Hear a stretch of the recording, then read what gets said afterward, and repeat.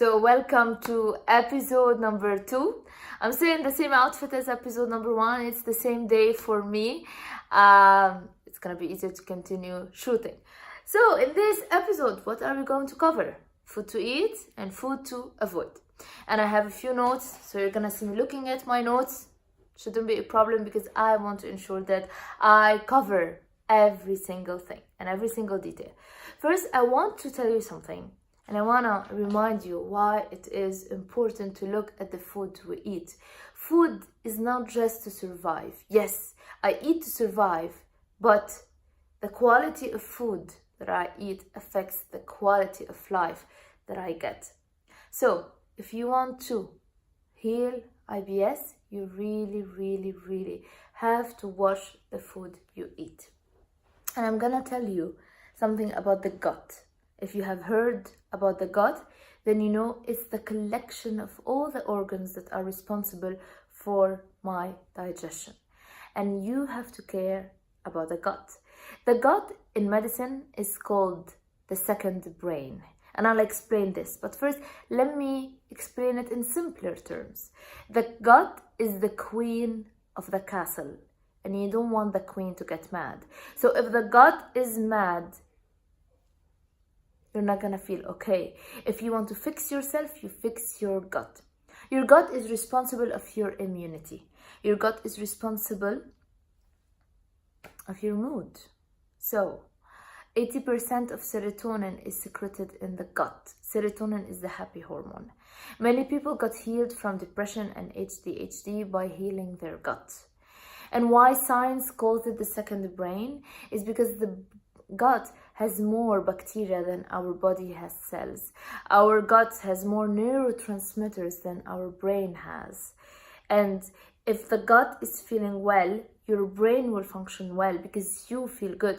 So it's not always the brain who is controlling the gut. The opposite works as well.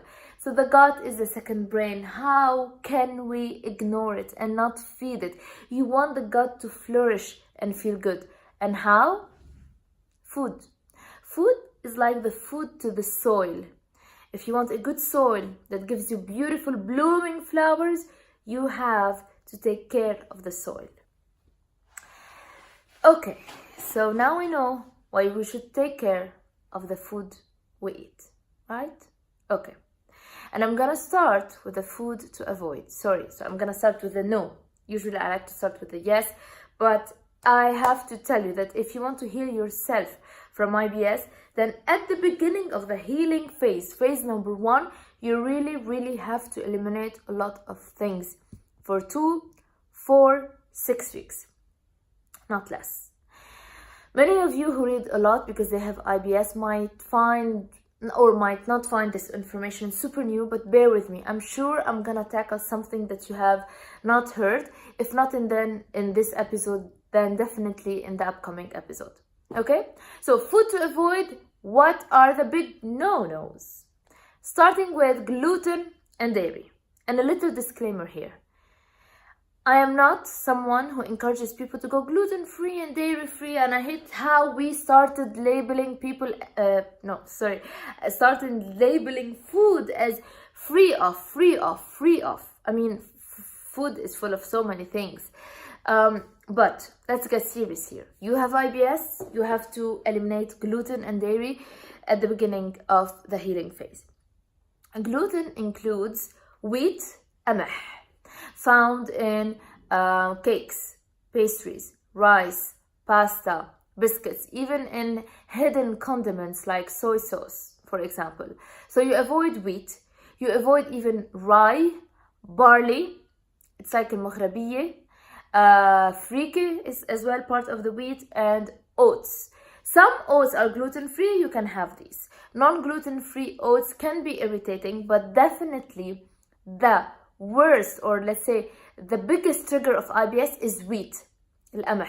Rye and barley can be okay. If you don't find any alternative, then okay, you stick to rye and barley. But barley is a bit risky, so I would advise you go gluten-free as much as possible and try to avoid wheat as much as possible. Dairy as well is a big no-no. So milk, and all kinds of cheeses are no. But don't worry, I have a lot of alternatives. I told you there are some yes, but I have to start with the no. So let me see if I have forgotten anything. No, so nothing. Gluten, dairy, we have covered them. Now let's move to legumes and pulses, and I'm gonna give you the Arabic translation of some of these because I know it might you might not be familiar with all of them. So big no-nos, edamame. You know, when you go to a restaurant and you get, let's say, maybe, I don't know, you eat 20 or 30 edamames next day. If you're like, why I'm bloated or why I'm going to the toilet constantly, that's because of the edamame you had and the salt. The salt is gonna cause water retention, and water retention means bloating and you don't feel good, right? So edamame and soya beans, all the biscuits made of soya, والكعك made of soya, even soya milk. Peanuts are not nuts. Peanuts, so peanut butter is not made of nuts, it's made of peanut, and peanut is not from the nut family, it's from the soy family, which can be as well super irritating if you have IBS. Continuing with the pulses, chickpeas, hummus, lentil, adas. These are as well irritating. And beans, all kinds of beans, فاصوليا بيضاء, فاصوليا حمراء, فاصوليا صغيرة, عيش خانم. Even tofu as well, tofu because it's made of soy. So try to avoid all of these, and if you are not vegan, then it's perfect because you can replace tofu and beans and all of these with meat and chicken, which are super good for you. If you have IBS, I wonder if you can be vegan, because if you are vegan, then you are going to have a lot of beans and it will really, really irritate you. So IBS really has a specific kind of diet. Let's continue with fruits. Fruits, some fruits are really big triggers, such as apple, oranges, and even avocados. So you have to be careful. Now, the task that you have for today is to go and check the FODMAP diet. FODMAP, FODMAP diet. If you have IBS, then you have to look for the food that is low in FODMAP and avoid medium and high FODMAP. Okay? So what I want you to do is start looking at the low FODMAP list, and for the first 2 weeks, stick to low FODMAP food. Stick to berries and bananas, gluten-free oats, rice and corn, chicken, good fat, olive oil, almonds. All of these are gonna be super good to heal your gut. Then you can move to medium FODMAP and high FODMAP, because at the end I want you to introduce medium and high FODMAP, because the high FODMAP diet are really good for our bacteria. If you eat low FODMAP at all weeks and years, it's not going to be super good for you, because diversity is super important and our gut loves diverse food. So yes, you have to eat medium and high FODMAP diet, but in moderate quantities and when the right time allows. I'm gonna give you a personal example.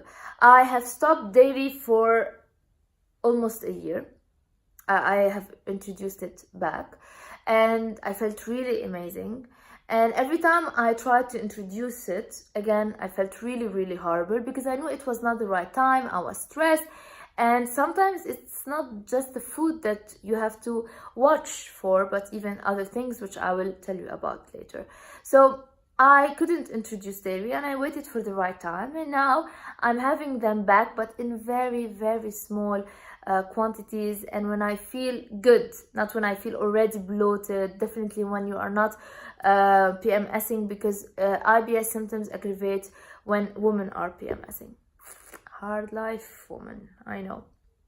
Okay, so look at the FODMAP. Start with low FODMAP and then you go to medium and high FODMAP when time allows, but always in moderate quantity, and try not to have a lot of medium and high FODMAP in the same day. So today you pick, let's say, lentil as your medium to high FODMAP and avocados, just that.